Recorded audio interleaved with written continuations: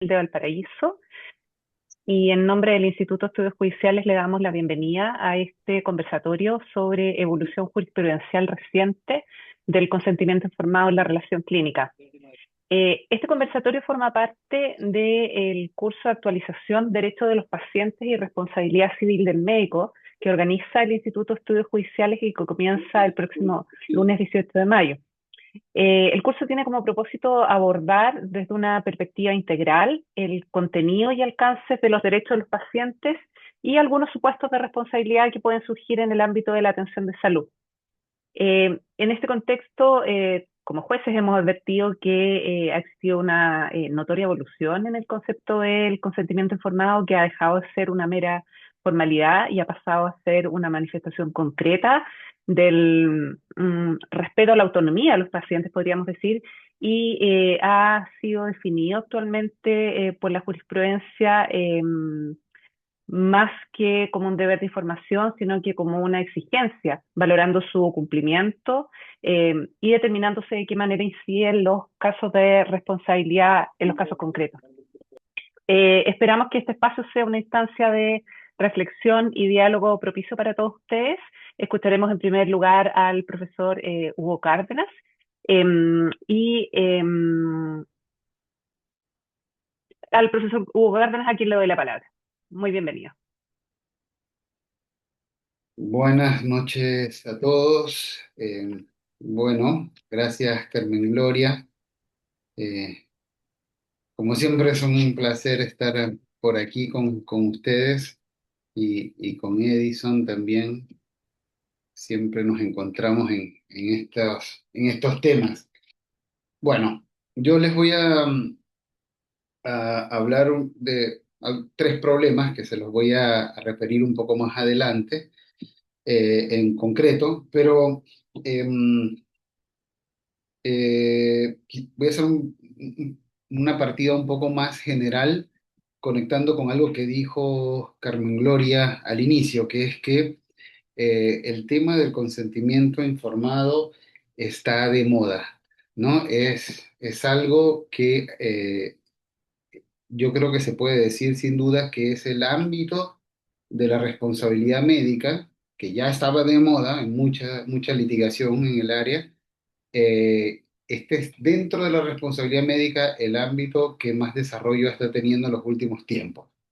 Y eso es bien curioso, porque si ustedes piensan, hace un año, hace algunos años, yo por ahí por el 2011 publiqué un libro que intentaba buscar cuáles eran las faltas de servicio en el ámbito público, obviamente, que más se repetían en este área, ¿no? Y fíjense que en el 2011 no encontré, y de hecho en el libro no hay ninguna parte, ningún fallo sobre negligencia vinculada con la falta de consentimiento, con errores en la recabación del consentimiento informado. Y en ese libro me acuerdo que yo advertía como, bueno, miren, parece que este es un área que en el futuro se va a desarrollar viendo y extrañándome de que en Chile no eran cosas que no se veían en las demandas. Em, hoy en día yo creo que el punto es tan diferente que casi que se puede decir que cualquier abogado más o menos experto o avesado en áreas de responsabilidad civil va a poner a cualquier demanda médica un acápite de consentimiento. Vamos a seguir o seguramente se va a alegar una culpa o negligencia, digamos, en el tratamiento, pero algo se va a decir del consentimiento. Entonces eso nos ha provocado, y sobre todo ustedes que son jueces, les ha puesto en el problema de estar decidiendo en base al consentimiento informado o a problemas médicos que tienen que ver con el consentimiento, porque no solamente muchas veces es con pedir autorización, sino a veces con no informar ciertos riesgos, ¿no? Entonces, esos son parte de los problemas que se están generando. Y el asunto es, bueno, ¿y a qué se debe este tema? ¿Por qué esto ha pasado? Entonces, yo tengo una respuesta para eso que es digamos,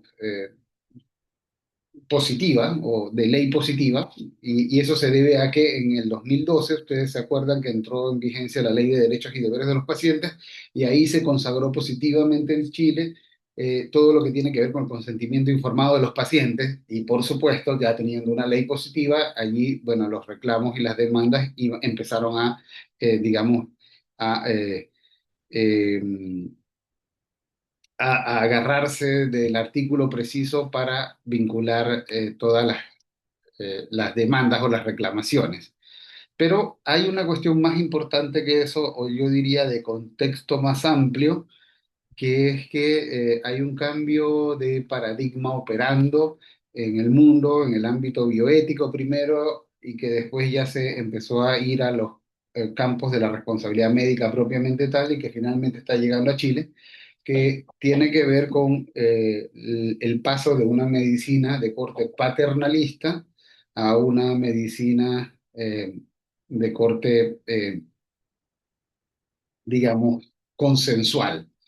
Yo le llamo a eso, el nombre es horrible, así es que pueden ustedes no tomarlo, pero el cambio de un paradigma paternalista a un paradigma participativo asentivo, que básicamente lo que quiere decir es que todo lo que le va a pasar al paciente no tiene que ver con lo que el médico cree que es bueno para el paciente, sino con lo que el médico y el paciente creen que es bueno para el paciente.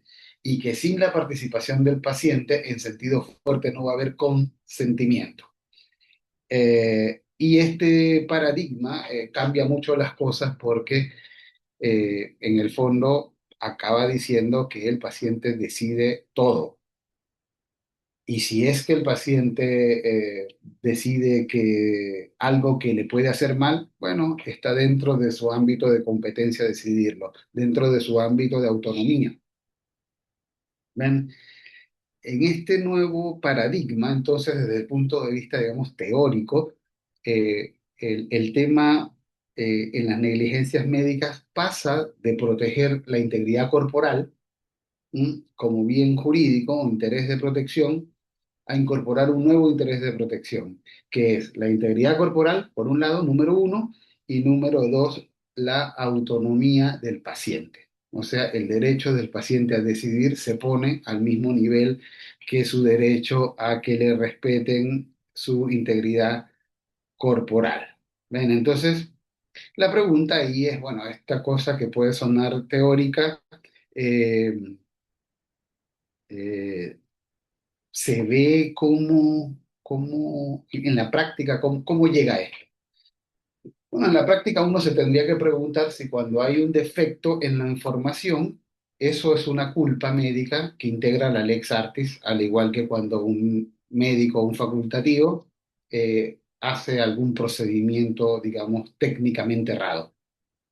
O si, como se pensaba en el paradigma paternalista, bueno, lo de la información era algo como que una especie de adosado, un adorno que los médicos le tenían que contar, pero lo que los médicos hacían con la Lex Artis tenían que ver ya con el tratamiento propiamente tal. ¿Ven? Entonces,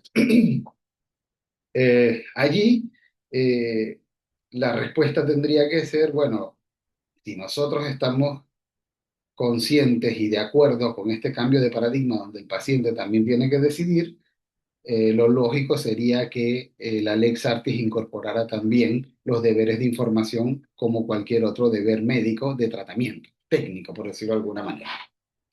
Y lo lógico sería que si se violenta la autonomía del paciente, aún en casos en donde no hubiese lesiones corporales, también tendría que haber una indemnización porque habría una negligencia vinculada a la transgresión de un bien. Esta tesis se las digo enseguida porque es la más conflictiva, ¿no? ¿Qué pasa cuando la gente dice, mire, no le informaron al paciente, pero dice, pero no le pasó nada?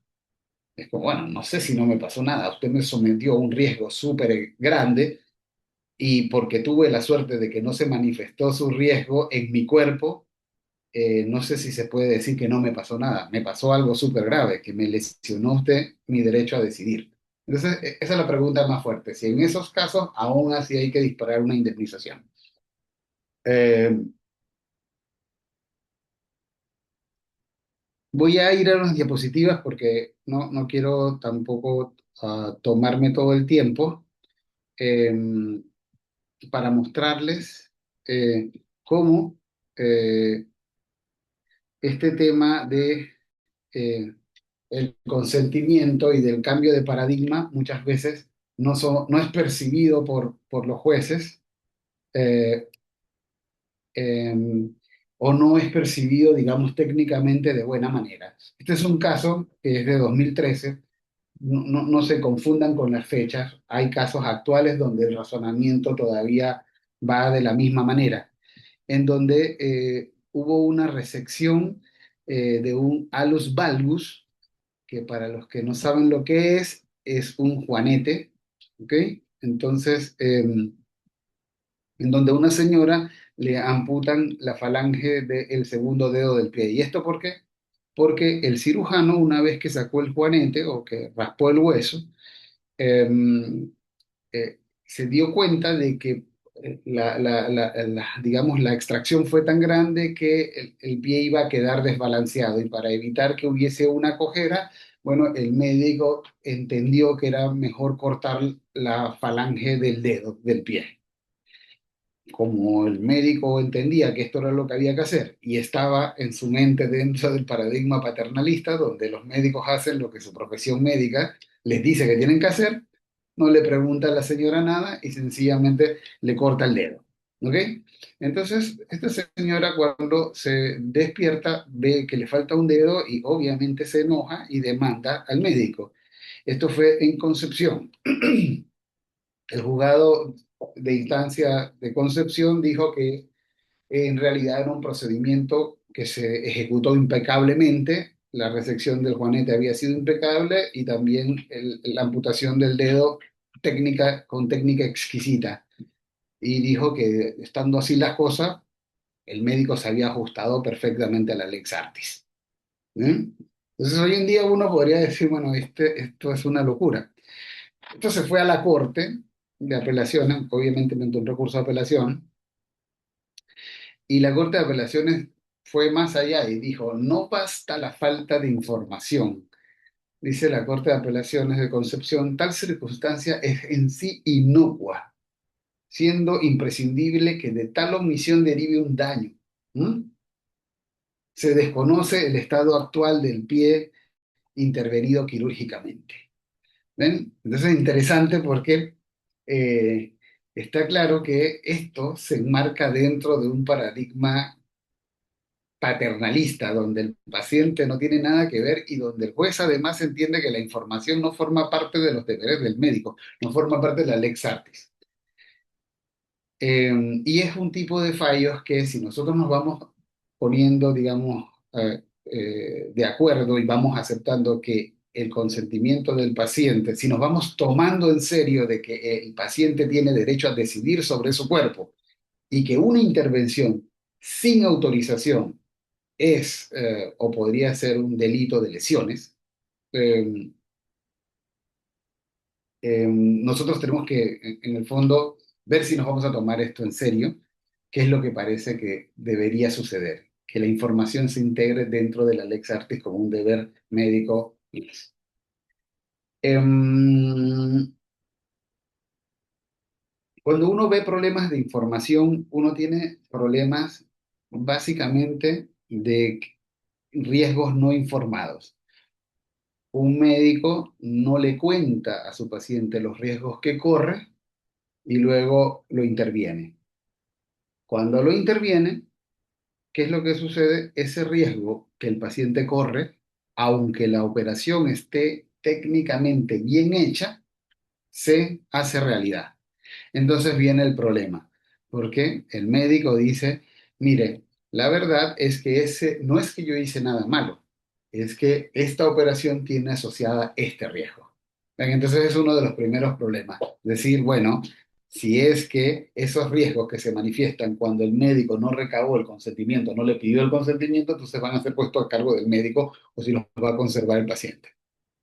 Hay otros problemas que tienen que ver con, digamos, resecciones, como el caso que acabamos de ver, de órganos, cuando los médicos seccionan partes del cuerpo sin pedir la autorización del paciente. Y bueno, hay otros tipos de casos con el consentimiento, pero hoy me voy a referir simplemente a los casos de riesgos no informados, a los problemas de causalidad que generan los casos de riesgo no informado y al problema de quién debe responder por la falta de información de esos riesgos. Y eh, con esos tres puntos termino mis comentarios y ahí después podemos conversar de otras cosas si ustedes quieren en la fase de preguntas. Entonces, digamos que respecto del primer punto, ¿qué riesgos se deben informar? Bueno, esta es una cosa que se ha discutido largamente eh, y hay gente que dice, mire, debemos informar los riesgos graves, aunque no sean de común ocurrencia con ese tipo de intervención. Hay otra gente que dice, mire, en realidad hay que informar los riesgos que no son graves, pero que son comunes. ¿Ven? Y, y después hay una tercera pregunta o una pregunta para ambos casos que dicen, bueno, ¿y quién determina cuáles son los riesgos graves y comunes? ¿Cómo se ve esto? Entonces, en el derecho comparado, cuando uno mira esto, uno tiene como dos estándares para construir lo que se debe informar.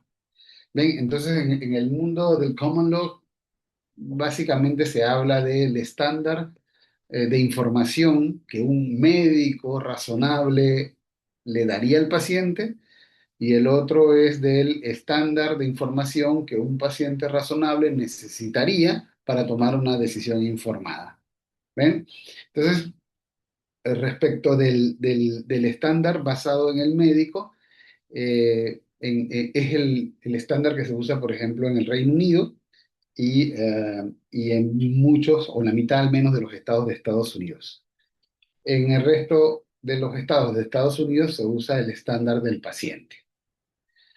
En nuestro ámbito, dentro de nuestra familia jurídica, eh, que se llama civil law, se le llamaría en inglés, eh, lo que se dice o la forma de discutirlo es diciendo a lo que yo les había mencionado ya anteriormente, identificando el tipo de riesgo, si es frecuente o infrecuente y si es grave y menos grave. Entonces, el país que llevó la delantera en esto es, digamos, Francia, donde esto se discutió mucho y en Francia se dijo que se tiene que informar todos los riesgos frecuentes. Estamos hablando de asociación por repetición, ¿no? Todos los riesgos asociados que frecuentemente ocurren con un determinado tipo de intervención. Y adicionalmente dice y aquellos riesgos que no se relacionan por frecuencia con ese tipo de intervención, pero que son muy graves. O sea, no son frecuentes, pero son muy graves. De esos también tienen que ser informados. Entonces, en Chile, ¿qué ha pasado?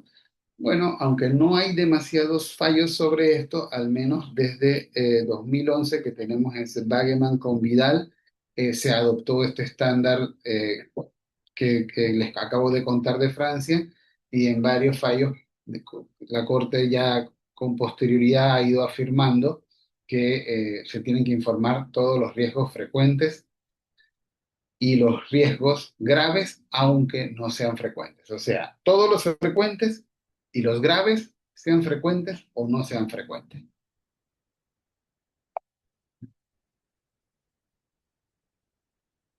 Luego viene el siguiente problema al que me quería referir, que es bien interesante porque una vez que decía que se verificó en la práctica un riesgo no informado, ojo, el médico no tiene una negligencia técnica, tiene una negligencia en la información. El riesgo que se verifica no deviene de una, digamos, incorrección técnica, es un riesgo asociado, pero el médico no lo informó. Entonces, ¿qué fue lo que hicieron los abogados defensores acá? Muy astutamente empezaron a hacer una defensa no en la negligencia, ven, porque ya la culpa estaba aprobada. ¿Cuál era la culpa? Un error en la recabación del consentimiento porque usted intervino a alguien sin informarle de los riesgos. Entonces los abogados astutamente dijeron, bueno, entonces nos vamos a cambiar a la causalidad para defender estos casos. Y los médicos decían, mire, no hay relación causal entre que yo no le haya informado al paciente y que se haya producido el daño. ¿Por qué? porque si yo le hubiese informado los riesgos, él de todas maneras se hubiese tenido que operar. Él de todas maneras me hubiera dicho que sí. Y si me hubiese dicho que sí, entonces eso quiere decir que no hay relación causal con el riesgo que se manifestó sin negligencia técnica. ¿Ven?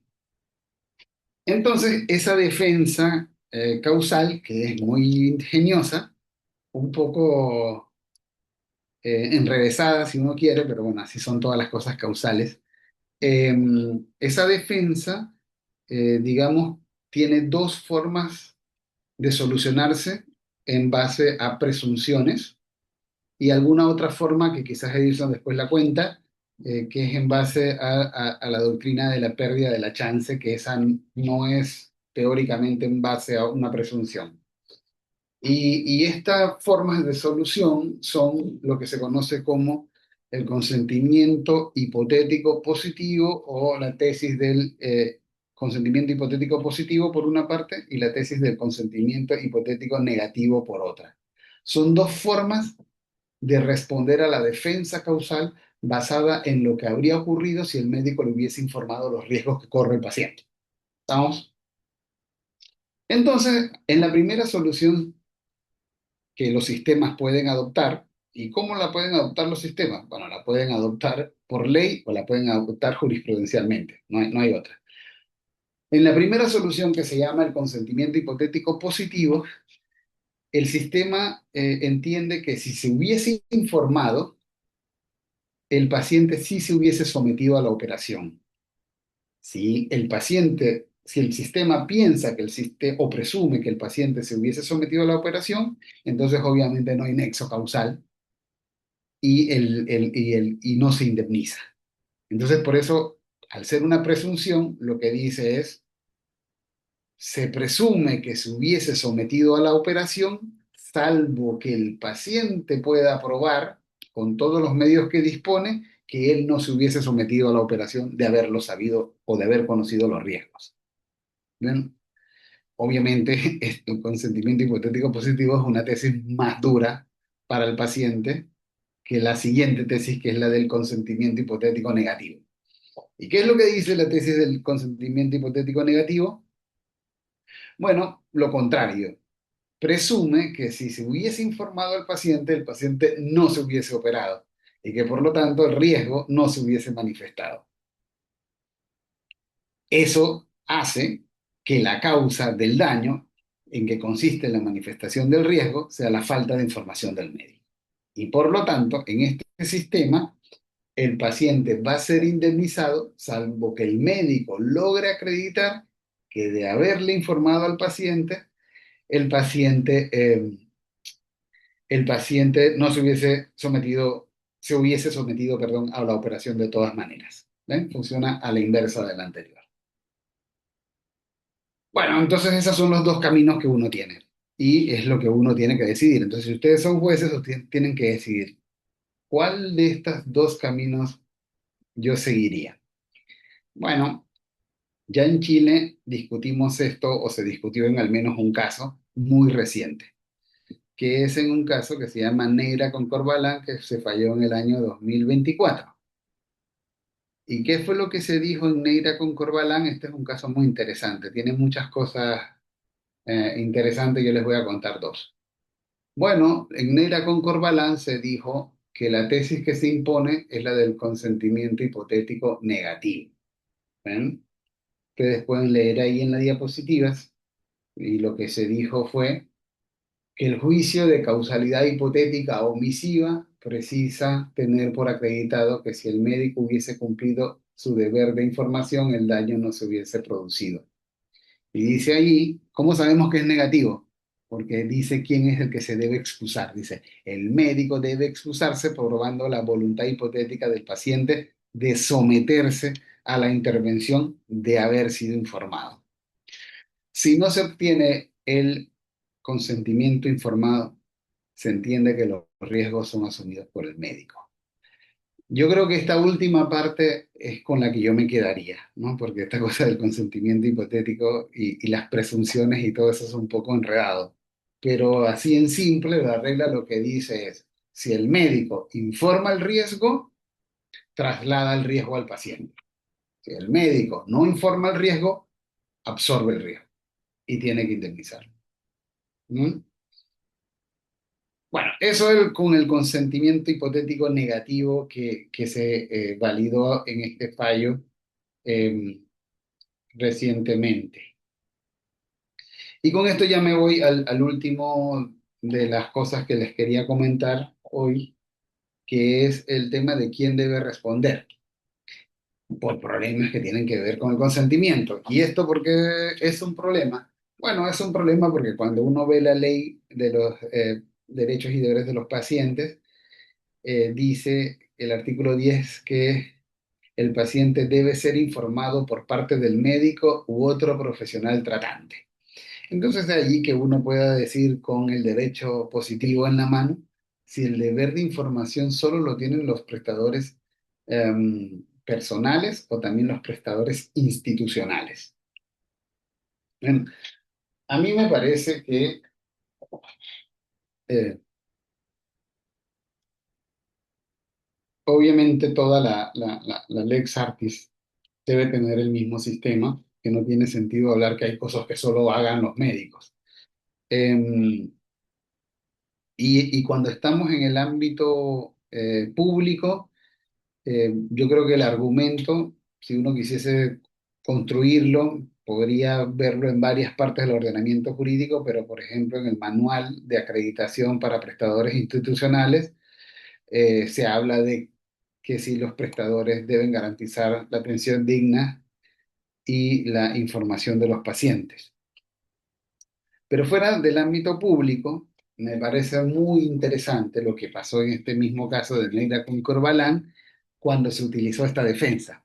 Los abogados en Neira con Corbalán que defendían eran buenos porque defendían bien en la causalidad y ahora además defendieron bien diciendo, mire, la verdad es que el consentimiento informado, obvio que no se prestó, pero cóbrele al médico, no a la clínica, porque la clínica no tiene este deber. Además, dijeron, este médico era un médico externo, que esa es otra cosa de las cosas interesantes de cómo en Chile se discute esta cosa, ¿no? Hay unos médicos que es como, ups, pasaba por allí y se metió al quirófano. Nosotros casi prácticamente que no lo conocíamos. Entonces se utilizó esa defensa. Era un médico que no era staff, era un médico externo. Y entonces en este Neira con Corbalán, a mí me parece que el tribunal de primera instancia agarra de manera exquisita y resuelve el caso. Porque dice, fíjense ustedes que hay dos contratos. Cuando dijo eso yo pensaba que iba a ir a la antigua tesis española del contrato de hospitalización por un lado y el contrato de prestación de servicios médicos por otra. Pero no, fue una tesis mucho más interesante y que yo además comparto, que es la tesis de los dos contratos en el que uno vincula al médico este externo con la clínica, un contrato de asociación para prestar servicios médicos y un segundo contrato que reúne a estos dos con el paciente para prestarle servicios médicos. ¿Ven? Entonces, no los aburro con los detalles del caso, pero ahí en la derecha, en la lámina, ustedes pueden ver lo que les acabo de contar. Dice, para prestar los servicios médicos, primero el médico y la clínica se ponen de acuerdo. Claro. Dice, yo voy a usar tu quirófano y voy a operar aquí a los pacientes. Y después dice la sentencia, y después viene un contrato de servicios médicos que une por un lado al paciente y por otro lado a la clínica y al médico. Y esa manera de resolverlo fue validada por la Corte de Apelaciones, que dijo esto de que el servicio médico es integral e indivisible, que no puede parcializarse y que corresponde del acto médico, aun cuando su ejecución se haya realizado por un médico independiente, debiendo asumir ambos agentes la responsabilidad civil. Bueno, hay un montón de cosas que se podrían decir más de consentimiento informado, pero me parece que con esas tres está bueno por hoy, Carmen Gloria. ¿Qué te parece? Me parece estupendo. Muchas gracias, profesor Cárdenas. Le damos la palabra entonces al profesor Edison Calahorrano. Los invitamos asimismo a dejar sus preguntas por escrito en el chat y al final de la exposición del profesor Calahorrano haremos una pequeña sesión de preguntas y respuestas. Eso. Muchísimas gracias. Muy buenas tardes con todas y todos. Un placer coincidir en este espacio con jueces y jueces que reciben estos casos que nos nutren y nos permiten ver la evolución de una institución tan interesante como el consentimiento informado. Con Hugo, una vez más, que hemos estado recorriendo varios lugares y dando distintas opiniones sobre estos casos interesantes. Y es que efectivamente coincido totalmente en que este ha sido uno de los temas que más dinámico se ha vuelto en materia de responsabilidad médica y de hecho no solamente en el ámbito reactivo del que nos da la responsabilidad, sino también en el ámbito preventivo y proactivo de lo que implica transformar, y esto más bien desde la perspectiva no puramente jurídica, sino de los profesionales de la salud, de transformar el consentimiento informado de una mera instancia corta de entrega de información o de un mero papel, un mero formulario, a un proceso más complejo, a un proceso de larga data. Y en eso Chile ya con la ley 20.584 introdujo el paradigma de la autonomía en la relación clínica, en contraposición a un paradigma en el que predominaba la opinión de médicos respecto de un paciente que por el contrario era considerado un buen paciente si es que era un mero receptor de la atención. Han habido muchas transformaciones en el mundo, menor deferencia hacia la médica o el médico, en el sentido de que el paciente puede estar más informado. Tenemos muchos medios de información a través del Internet, de plataformas digitales, acceso a información, incluso aunque sea básica respecto de los procedimientos médicos. Todo esto hace que se produzca cierto empoderamiento del paciente y reclame lo que en la exposición anterior Hugo llamó un paradigma de la autonomía, ¿no? Un paradigma en el que se reivindica la posición del paciente en la toma de decisiones. Eh, el acercamiento que tuve a este tema fue al dedicarle el estudio de mi tesis doctoral al deber de informar del médico y por ende al consentimiento informado. Y me nutrí evidentemente de todos los antecedentes que se habían dado en la doctrina sobre esta materia. Había jurisprudencia relevante, importante respecto de el daño producido por error médico, por negligencia en el tratamiento, pero poco se mencionaba efectivamente respecto de qué implicaba el deber de información. La ley tuvo su proceso tortuoso, se instaló en el 2012, la doctrina empezó a desarrollarse a partir de ello y bueno, en uno en el texto del profesor Carlos Pizarro, por ejemplo, que es una de las monografías que habla, le dedica un capítulo a este tema, ya nos menciona, hay poca jurisprudencia respecto del el deber de recabar el consentimiento informado y el deber de informar eh, al paciente y su contenido como tal. Y este era un texto del 2017. A pesar de haber tenido algunos hitos icónicos, todos conocen el caso Vero, por ejemplo, antiguo de los 90, pero que ya se refería a este tema e incluso se adelanta un poco a su tiempo señalando una posición que hoy está un poco más controvertida y que ha sido motivo de debates como la autonomía de la lesión a la autonomía, el daño específico de lesión a la autonomía totalmente separado del daño corporal. Es uno de los temas que se debate, por ejemplo, ahora. Bueno, y la recopilación de fallos y de jurisprudencia a partir de la Ley de Derechos y Deberes de los Pacientes ya recoge varios hitos en el que se menciona el consentimiento informado.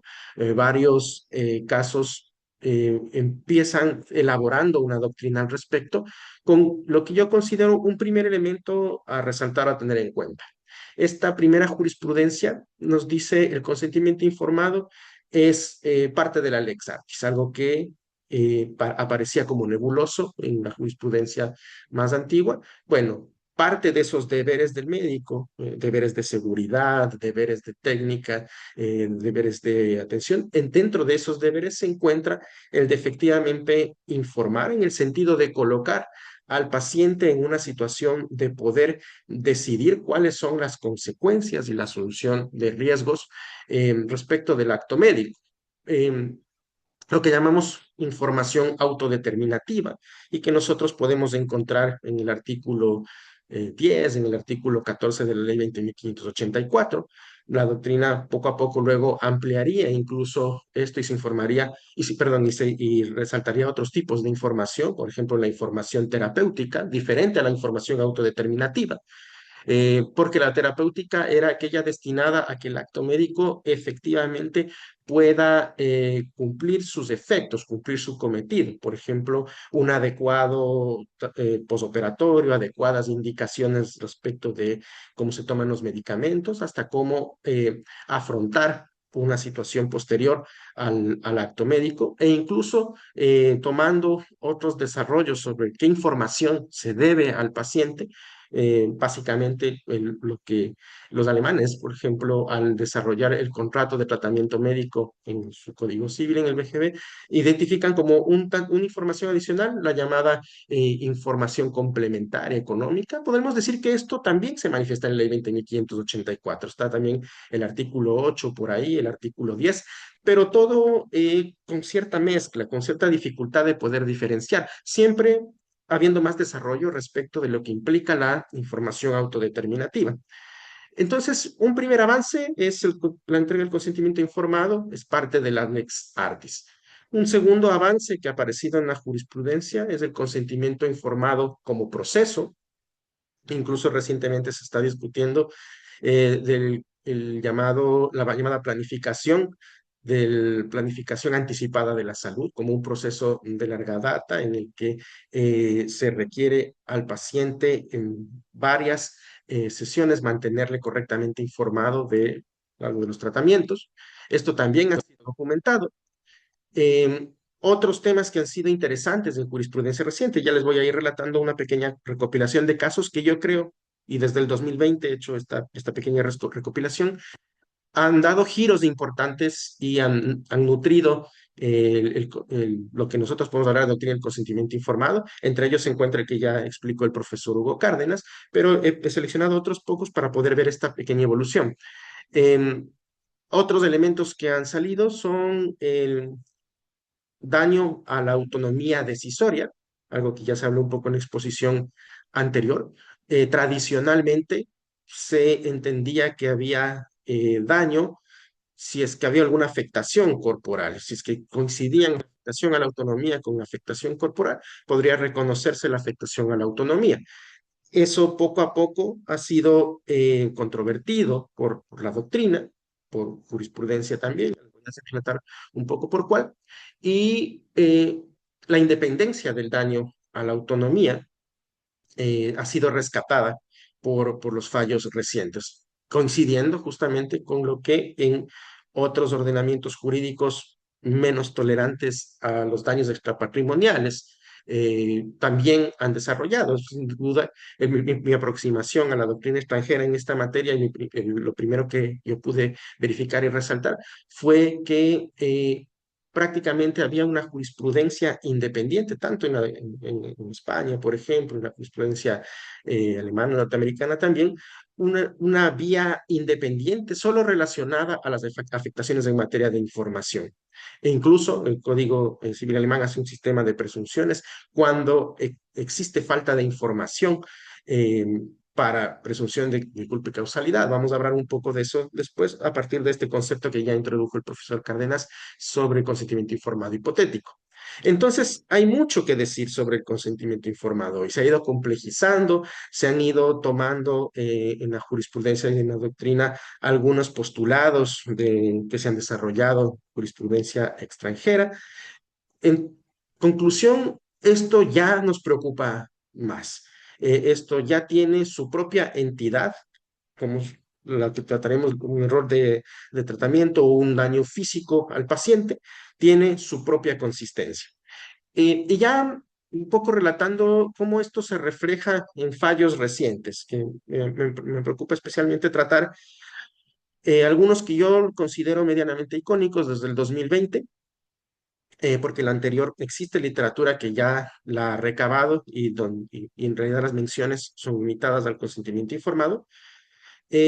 Un primer fallo es el rol 29.094-2019, caratulado Yasmín Francinetti Cabrera, con Hospital Clínico de la Fuerza Aérea, uno primero que yo he recabado del 1 de junio del 2020.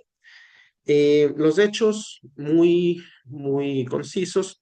La doctora Yasmín Francinetti Cabrera fue sometida a una cirugía eh, de reducción hipertrofia mamaria reconstructiva en el Hospital Clínico de la Fuerza Aérea.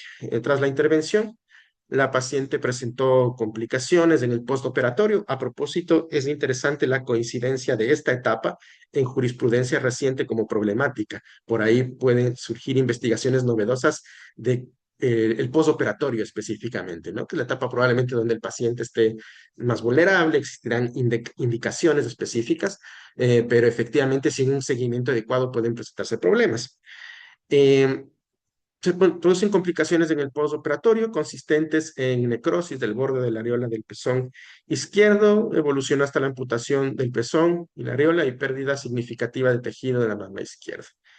Como consecuencia, y en este fallo se habla también de algo muy interesante respecto del daño, ya que también otro de los temas que ha tenido mucho desarrollo reciente en responsabilidad civil es el daño extrapatrimonial y el abanico de posibilidades que puede estudiarse en el daño extrapatrimonial. Se habla aquí de daño estético, de daño psicológico, apartándonos un poco de una visión restrictiva que se centra en la antigua noción del daño moral únicamente como precio del dolor o pretim doloris. El reclamo central entonces es aquí el siguiente. En el formulario de consentimiento informado se señalaban varios tipos de riesgos inherentes a esa operación. Es bastante amplio, como justamente los formularios de consentimiento informado han ido evolucionando a partir de esta jurisprudencia y ahora nos encontramos con documentos mucho más elaborados, pero no existía o no estaba presente la posibilidad de este riesgo de necrosis como tal, ¿no? A pesar de que la literatura científica correspondiente a esta intervención decía que era posible que esto se produzca. Eh, un caso difícil en el sentido de que la intervención en sí misma fue reconocida como no infringente de la Lex Artis, es decir, realizó bien la operación. El problema sobrevino en el postoperatorio, algo que va a coincidir justamente con el caso Corbanal, y en el hecho de que esa específica patología no estaba nombrada en el formulario de consentimiento informado. Entonces, se discute en este caso qué consecuencias conlleva esto. Se discute bastante sobre el tipo de daño, se retoma lo que la doctrina había desarrollado hasta el momento respecto de incumplimiento del deber de informar y se retoma también algo que se señalaba en la literatura que mencioné, en la monografía del profesor Pizarro, entre otras, que hablan de la pérdida de la chance ante el caso de incumplimiento del deber de información en el sentido de que de haberse informado, probablemente la persona no se hubiera sometido a esa operación o hubiera buscado una segunda opinión o como incluso cierta jurisprudencia extranjera ha ido desarrollando, al menos le hubiera proporcionado una preparación para el riesgo, es decir, de saber que hubiese podido producirse esta necrosis que conllevaría un daño estético por la simetría de las mamas de la persona. eh, bueno, al menos hubiera tenido en mi panorama mental que eso hubiese pasado y eso me hubiera colocado en una mejor posición. Entonces, este diálogo que ya profundiza en los riesgos que se deben informar, en qué debe contener el consentimiento informado y cuáles son las consecuencias del mismo, eh, se desarrolla de manera amplia, en este caso, casi por primera vez con esa profundidad.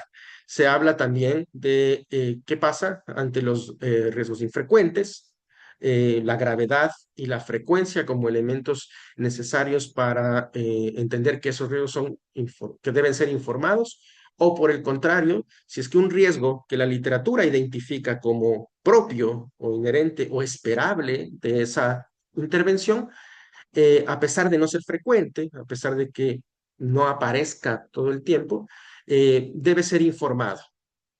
por la gravedad, por esa falta de preparación que tendría el paciente por no haber recibido esta noticia de manera previa y no le permite prepararse para el riesgo. Entonces, sobre esto se desarrolla en este caso, además tiene otros elementos interesantes, se empieza a hablar también sobre cómo interviene el hospital. Yo creo que en este fallo ya se empieza también a elaborar y dar forma a esta idea de que tanto el prestador institucional como el prestador individual convergen en una obligación general para el paciente, que es una obligación de garantía de indemnidad, no en el sentido de obligaciones de resultado, de garantizar que no va a existir ningún riesgo, sino de indemnidad mínima relacionada con la seguridad del paciente, relacionada con ese respeto mínimo hacia la dignidad del paciente. Entonces, de esto nos habla este caso, se refiere ya a la pérdida de la oportunidad, retomando un poco la doctrina que está vigente en esa materia. Y avanzamos bueno, un segundo caso que Neira Corbalán, justamente, del que habló el profesor Cárdenas, que sigue en esta línea y perfecciona este pensamiento, ¿no? Esta convergencia del prestador institucional con el prestador individual. En este caso ya se menciona que estaríamos en una especie de obligación indivisible eh, respecto de la dignidad del paciente y que profundiza también sobre aquellos riesgos que tienen que ser informados. Recordemos que en este caso también se produce el daño en el postoperatorio, una operación de columna en el que la operación se realiza bien, pero posterior a la operación existe un infarto medular, es lo que se denomina en el caso, un riesgo de baja aparición, de bajo porcentaje. Eh, el médico dice que existió caso fortuito, esto no es frecuente que pase, se realizaron todos los procedimientos debidos. Eh, Sin embargo, se analiza una vez más qué tan inherente o propio es este riesgo, y esto es importante, según la literatura, según lo que nos dice la ciencia respecto de esta intervención, por lo tanto, es esperable y previsible y debía ser informada más allá de ser poco frecuente. Y se introduce, y eso es lo que hace novedoso, algo que ya se explicó, la idea del consentimiento informado hipotético ya en la jurisprudencia, ¿no? Eh, Sobre algo adicional, porque ya se mencionó sobre este tema, respecto al consentimiento informado hipotético, en la versión negativa, que es la que se coge en esta jurisprudencia, que es un poco más protectiva hacia la víctima, cabe decir que la configuración no es totalmente novedosa en este fallo. De hecho, si recurrimos una vez más a la regulación del contrato eh, de tratamiento médico en el BGB alemán, ahí está por norma un conjunto de presunciones de la culpa y causalidad ante varios casos. Y uno de ellos es el incumplimiento del deber de información. Está por norma, algo que obviamente no tenemos nosotros en nuestro código. ¿Y por qué tiene sentido en ese esquema el consentimiento informado hipotético? Al existir, al estar normada esa presunción, dice, bueno, si el médico efectivamente logra probar que a pesar de haberse entregado la información, esa persona de todos modos se hubiera sometido a la operación, no tendría responsabilidad. Es decir, el médico puede eh, contrarrestar esta presunción probando que efectivamente no hubiera habido ninguna modificación con la entrega de información o no se hubiera, o realmente nunca incrementó el riesgo.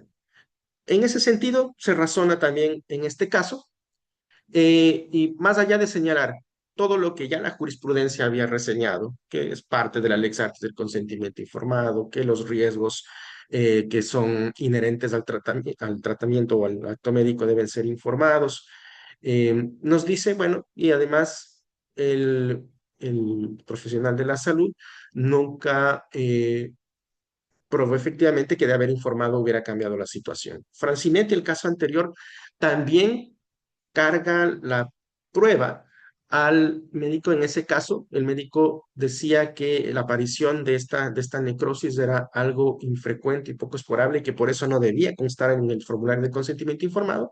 Y la Corte señala, bueno, pero usted no ha probado eso, no ha logrado determinar efectivamente que esto es poco frecuente e improbable, entonces por eso también señala la responsabilidad.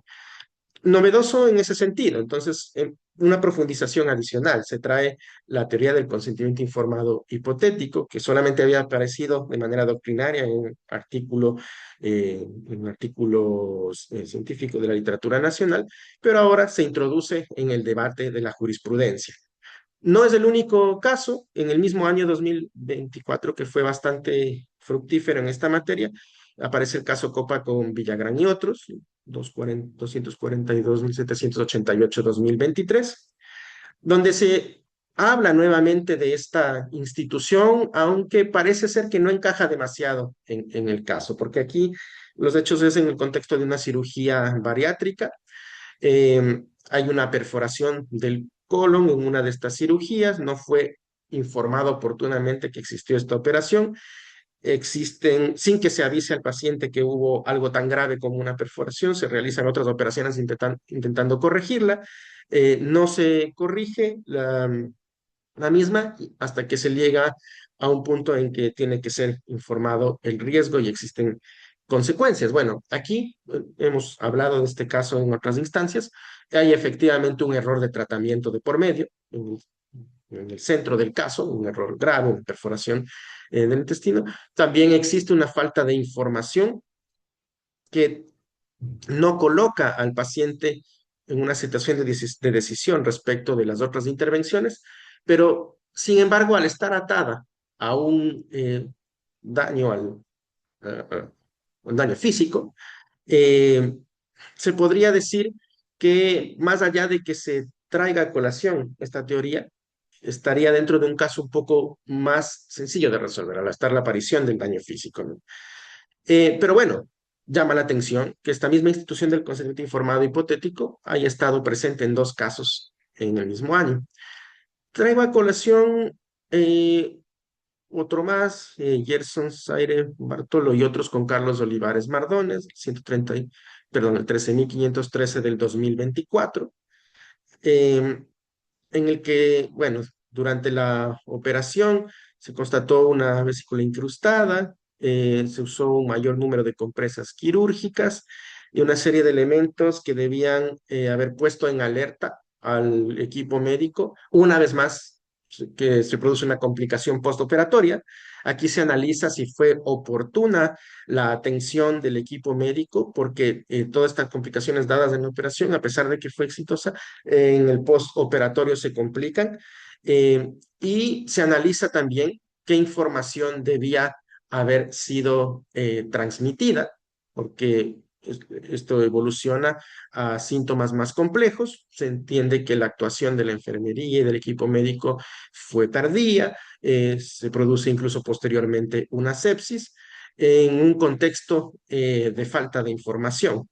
Entonces, aparece una vez más, ¿por qué es importante este caso? Una vez más trae a colación la manera en que puede concurrir la falta de información con la negligencia respecto de las actuaciones médicas y porque también recupera lo que los dos casos anteriores ya habían anunciado, esta obligación que existe del equipo médico, del prestador institucional y del prestador individual respecto de al menos garantizar una indemnidad básica del paciente, pero aquí habla de obligaciones concurrentes, mientras que en el caso anterior hablaba de una obligación solidaria. Y finalmente tenemos también el otro caso, sea con servicios de salud de Valdivia, el 264-2024, que la paciente Belida Barría fue sometida a intervención quirúrgica.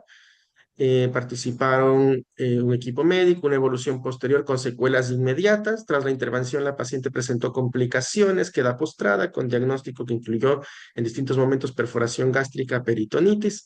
un estado final de muerte con sepsis severa. También otra aparición de dificultades en el postoperatorio. También se habla en este caso de qué información fue la que se entregó, si existió una adecuada información respecto de los riesgos, de la seguridad que el equipo médico estaba brindando al paciente. Y en este caso se profundiza un poco más el otro aspecto que les comentaba, del consentimiento informado como proceso, de qué implica verdaderamente esa relación médico-paciente en una era de reivindicación de la autonomía, el alcance y claridad que debe tener esto, el entender el conocimiento y la entrega de información como tiempo de cura. Y bueno, así es como nuestra jurisprudencia reciente, desde el 2020 hasta acá, en estos 4 o 5 casos que seleccioné para poder comentarles, ha tomado como centro de la materia el consentimiento informado y la información del paciente como una vertiente importante en la que se está litigando y que sin duda, como juezas y jueces, es necesario estar muy actuales en qué contenido le podemos dar a ese artículo 10, a ese artículo 14 de la ley 20.584, qué dificultades se presentan y sobre todo cómo se puede responder ante las vulneraciones de la autonomía del paciente dadas por incumplimiento de este deber. Muchas gracias al profesor Carla Urraldo. Eh, Tengo algunas preguntas y algunos comentarios. Voy a juntar algunos y ahí ustedes me dicen quién contesta. Hay un comentario de la abogada Paula Aldunate, que da las gracias por la exposición. Y respecto a este tema ligado a la clínica, fue una pregunta que hizo mientras estaba exponiendo el profesor Cárdenas. Pregunta si esa podría ser una culpa in iligiendo por parte de la clínica, ¿verdad? Y en estos casos, ¿el legitimado pasivo es solo la clínica o en general suele también ingresar el médico en específico? Pareciera que eso ya fue contestado. Y la otra que tenía que ver con este tema es, denme un segundo, estaba en el otro chat, decía, ¿cuál es el estándar probatorio que se aplica en responsabilidad sanitaria? Eso serían un grupito de preguntas. No sé quién de los dos me podría ayudar. Em, a ver, yo podría responder lo de la culpa in eligiendo. Ujú, Mm, Miren, el tema es que cuando se habla de culpa en eligiendo, normalmente uno está pensando en dependientes de la clínica, en vínculos de subordinación. mm, Entonces ahí se utilizan esas estructuras y normalmente esa estructura es para una fórmula extracontractual, ¿no?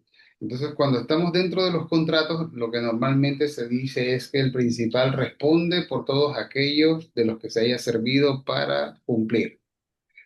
Eh, pero en el tema concreto o de la manera en que se utiliza la defensa aquí, es un poquitín más complejo porque acá el médico no aparece como un subalterno. Por supuesto que no tiene una vinculación laboral, sino que aparece, y de hecho el lenguaje es muy explícito, ¿no? Es un médico independiente. No forma parte de mi organización clínica. Entonces no es que uno va a la clínica y le dice a la clínica, oiga, me quiero operar, sino que la clínica dice, yo soy clínica y acá hay unos señores médicos que andan por ahí por fuera, que a veces contactamos a pacientes y los operamos acá en mi quirófano. Y de alguna manera lo que se quiere plantear debajo es que las clínicas serían como unas especies de prestadoras de equipo médico y de como una especie de corredora de quirófanos, en donde unos médicos van y trabajan y que por lo tanto ellas no estarían en la prestación médica propiamente tal, eso le correspondería al médico, y que si hay algún problema con una negligencia médica, la responsabilidad se radicaría en el médico y no en ella. En ella se radicaría si hubiese un problema como con un suministro de insumos, o con la hospitalización o cosas así. Entonces, lo interesante de esto es que si bien en Chile antes se aceptó esa tesis que se llama la tesis de la bifurcación, servicios de hostelería por una parte y servicios médicos por otra, que en el fondo hacían irresponsable a las clínicas, la jurisprudencia chilena ha ido avanzando en una tesis que a mí me parece correcta, que es, mire, ¿sabe qué? No, esto es totalmente artificial. Obviamente los quirófanos no funcionan sin médicos y los médicos no funcionan sin quirófanos. Entonces la que tiene la organización empresarial acá es la clínica. Y por lo tanto, si es que usted quiere decir que este médico es independiente, bueno, entonces convengamos que ustedes se asocian para prestar el servicio médico. Y si eso es así, entonces usted no se puede desligar de responsabilidad. A mí esa tesis me parece correcta, me parece muy interesante y buena, novedosa también.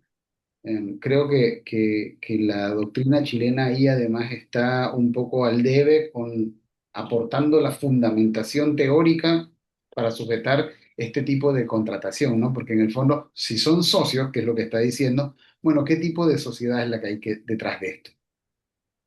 ¿Qué tipo de contrato? Es una sociedad civil? ¿Es comercial? Entonces, eso no está explicado. Eh, eh, y ahí estamos al debe.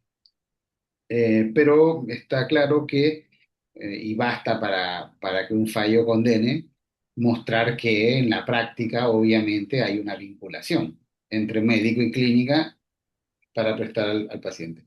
Y ahora, ¿qué estándar de prueba se utiliza para los casos médicos en Chile?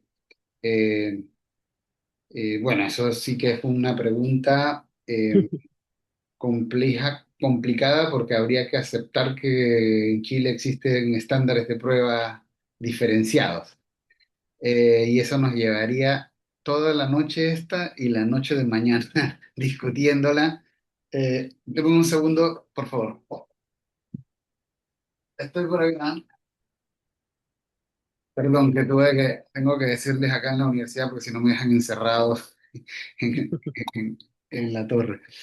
Bueno, entonces eso es una discusión bien larga sobre si hay un estándar de prueba diferenciado. Eh, y yo creo que la situación en Chile es que lo que ya ha sido vencido es la idea de que el estándar de prueba penal es aplicable completamente al ámbito médico. Yo creo que eso se puede aceptar, que hemos avanzado en decir, mire, la verdad es que ya no tengo que tener todas las hipótesis descartadas o no tengo que estar más allá de toda duda razonable para dar por acreditado algo en el ámbito médico. Y que estamos en el área donde los jueces civiles creo que ya dicen, mire, con que sea bastante razonable o que sea con altas probabilidades, ahí se da por sentado. Yo creo que eso es así, mirando la temperatura de los tribunales chilenos, que los miro mucho, un poco el estado de la discusión o la comprensión que hay, digamos, en la judicatura sobre esto. Y eso me parece bien, sí me parece bien, porque obviamente todas las cosas que se prueban son en base a probabilidades y hablar de certezas es solamente una forma retórica de hablar. La certeza es cuando usted se convence. ¿Y cuando se convence? Bueno, eso lo puede hacer cuando despeja todas las dudas o cuando despeja solo algunas. Entonces yo creo que por ahí andamos. Gracias. Se nos pide algún comentario sobre consentimiento informado y autonomía progresiva del menor de edad, así como consentimiento informado relacionado con infecciones intrahospitalarias. Y hay otra pregunta, dice que es para el profesor Hugo, pero también le agradecemos al profesor Edison si nos ayuda. Dice, ¿qué pasa con el choque entre consentimiento informado y el derecho a información, el que quedaría en desamparo si no le doy protección? Por ejemplo, asimilándolo con un tipo de derecho del consumidor.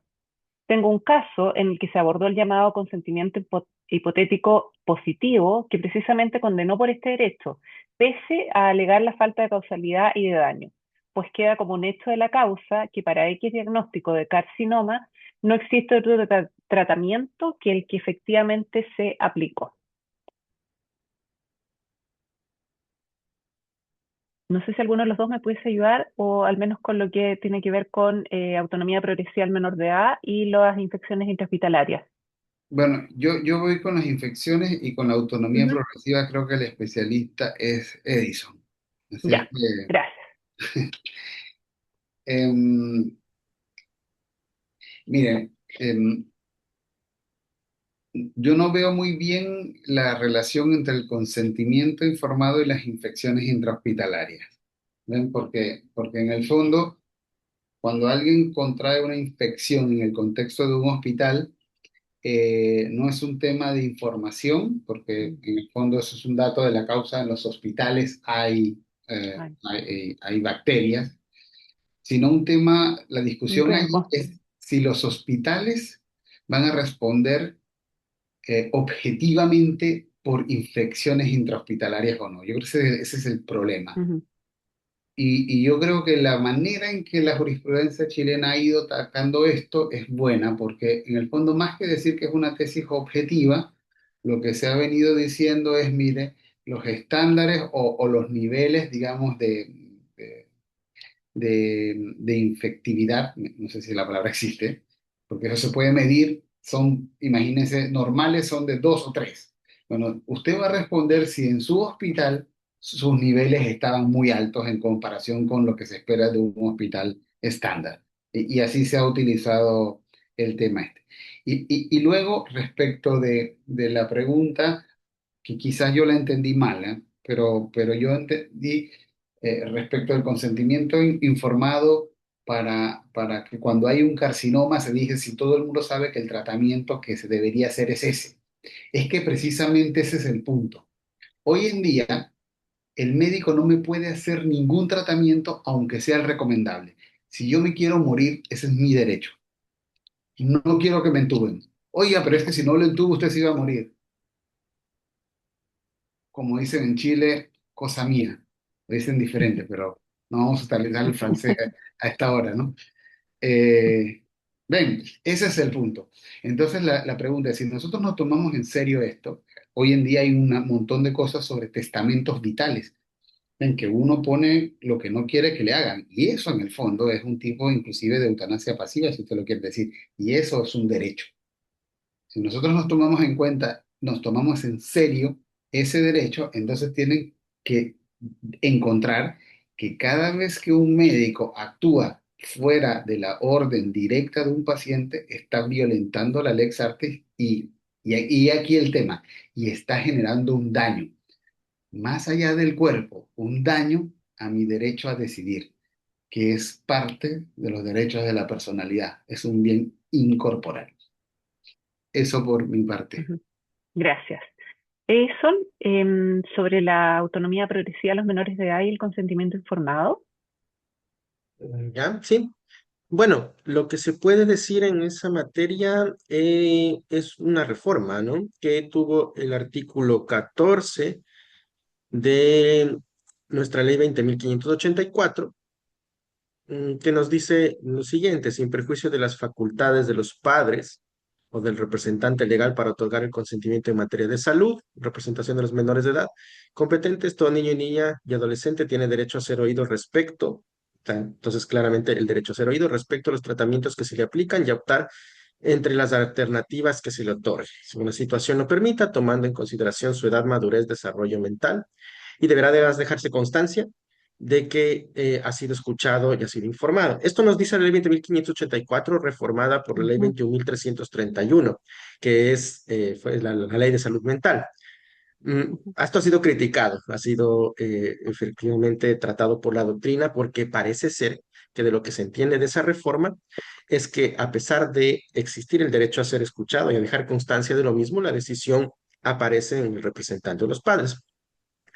Esto evidentemente colisiona directamente con la normativa especializada en materia de niñez, que consagra derechamente la autonomía progresiva. Es decir, que tenemos que verificar de una manera graduada, y justamente la conciencia y la posibilidad de entender y de acceder a la información respecto del tratamiento que puede estar presente. Esto, bueno, tiene larga discusión en normativa internacional. Está la competencia Gillick, por ejemplo, que aparece en el sistema anglosajón. Los españoles hablan de la llamada competencia sanitaria. Podríamos decir que en Chile, por lo menos hasta lo que yo he podido verificar en esta materia, hay franca colisión entre estas normas, ¿no? Entre estas normas, por lo cual es un tema que está en desarrollo, podríamos decir, porque sin duda tenemos la consagración de la autonomía progresiva claramente en la norma, pero tenemos esta reforma de la 20.331 que algunos especialistas en la materia, especialistas en niñez y adolescencia, han dicho es claramente recesiva en materia del consentimiento informado. Entonces, habrá que ver cómo la jurisprudencia se va decantando respecto a esto, porque antes de esta reforma de la 21.331 no había nada en la Ley de Derechos de los Pacientes, ¿no? No había ninguna mención al respecto. Entonces, yo creo que ahí la jurisprudencia y justamente las decisiones que se tomen en sede judicial van a permitir aclarar qué camino va tomando fuerza en esta materia.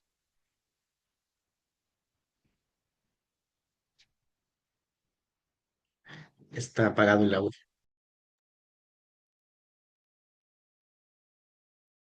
Está muteada. Sí, sí, no me había dado cuenta. Tengo el comentario de César Cortés, quien decía que en su calidad de ex coordinador central del Departamento de Procuramiento y Trasplante de Órganos del Ministerio de Salud, puedo aseverar que en Chile no se procura ningún órgano tejido sin la autorización escrita del paciente antes del fallecimiento o de algún familiar directo. Todo regulado por la Ley 19.451. Como segundo comentario, para el ámbito clínico y después del 2006, el concepto de paradigma paternalista se conoce como paradigma biomédico y cambió a un paradigma biopsicosocial, el cual es la base teórica de la reforma de salud. Manda saludos y agradece. Las otras preguntas que tenemos tienen que ver con responsabilidad de los abogados en este tema, así que las vamos a excluir porque se nos arrancan un poco del tema.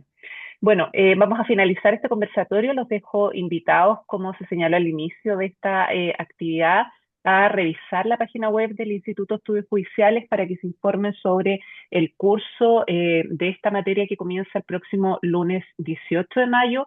Ambos expositores son parte de nuestro panel de profesores junto a otros destacados académicos relacionados con el tema. El Instituto de Estudios Judiciales los invita a participar. Tenemos, como siempre lo hemos señalado, la ventaja de que, además de la calidad de nuestros profesores, tenemos también como alumnos a jueces y ministros de Corte de Apelaciones, lo que sin duda da una calidad distinta y enriquece la discusión sobre los temas que se van a comentar. Damos con eso término a la actividad. Le agradecemos a los dos profesores, al profesor Cárdenas y al profesor Calahorrano, su asistencia y los dejamos invitados para nuestras actividades. Que tengan una buena tarde. Muchas gracias. Hasta Muchas luego. gracias. Hasta luego. Ya.